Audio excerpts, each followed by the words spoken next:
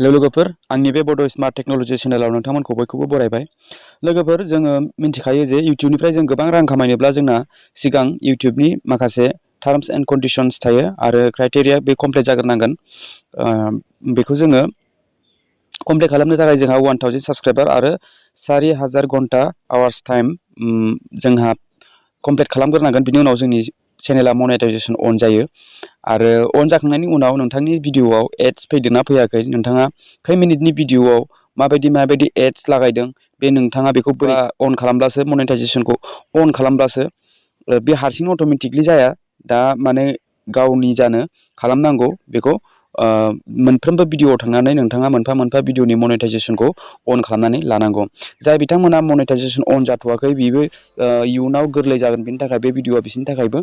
आरो जाय बिथांमोना मनेटाइजेशन जास्ट जादों बा जाहां बा सोरनाबा जाबाय और गुगल एडसेन्स पिनखौ एप्लाइ खालामखांनायनि उनाव बोरैहाय नोंथाङा मोनफ्रोमबो भिडिअआव एड्स लागायनांगौ बेखौ आं नोंथांनो दिनै बे भिडिअनि गेजेरजों खिन्थागोन। भिडिअखौ मोजां मोनदोंबा लाइक खालाम आरो गुगल एडसेन्स पिन जाय बिथांमोना एप्लाइ खालामाखै आरो जायनियाव बिथांमोना मनेटाइजेशन जाहां आङो बिनि सोमोन्दै आं भिडिअ लाबोखादों, मोनसे होखानाय दङ, डिसक्रिपसनाव लिंक मोनगोन, नोंथाङा बेखौबो नायनो हागोन। अब्ला बे भिडिअखौ जोबजासिम नायलांदो।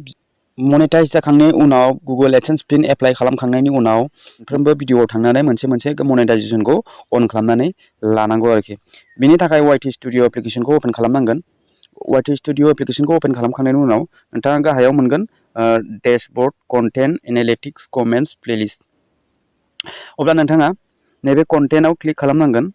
कन्टेन्टआव क्लिक खालामनाय लोगो लोगो मोनफ्रोमबो भिडिअआ बेफोरबायदि श' जाफैगोन।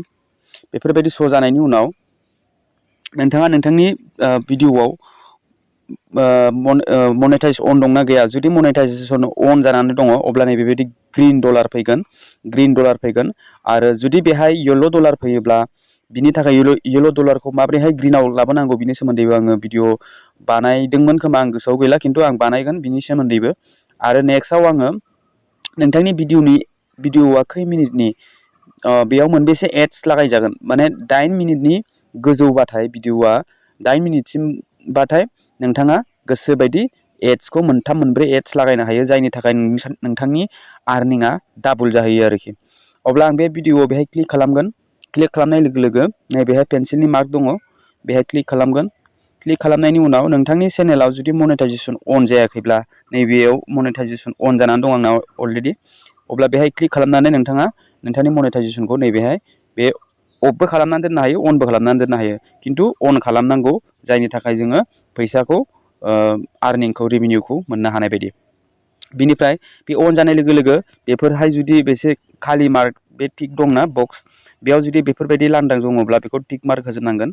बेयाव मोनब्रै रोखोमनि एड्स फैगोन, अभारलि एड्स, स्पन्सार कार्ड्स, स्किपेबल भिडिअस, नन स्किपेबल भिडिअ एड्स।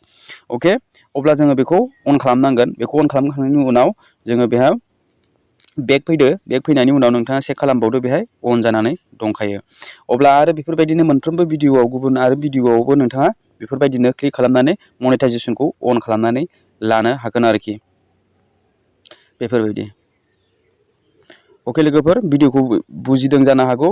जास्ट बे भिडिअआ आङो नोंथांनो बेखौनो खिन्थानो सानदोंमोन जे मनेटाइजेशन अन जाखांनायनि उनाव नोंथाङा नोंथांनि भिडिअखौ माबोरैहाय मनेटाइजेशनखौ बोरैहाय अन खालामनानै लानो हायो। अके, नेक्स्टआव आं खिन्थागोन। नोंथांनि भिडिअआ जुदि 8 मिनिटनि गोलावब्ला नोंथाङा बेयाव मोनबेसे 3-4 एड लागायनो हायो, जायनि थाखाय जोंहा आर्निंआ डाबल जायो आरोखि।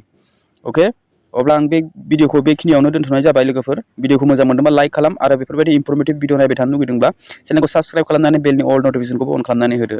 अब्ला लोगो मोनगोन next video. Tata, bye bye and take care.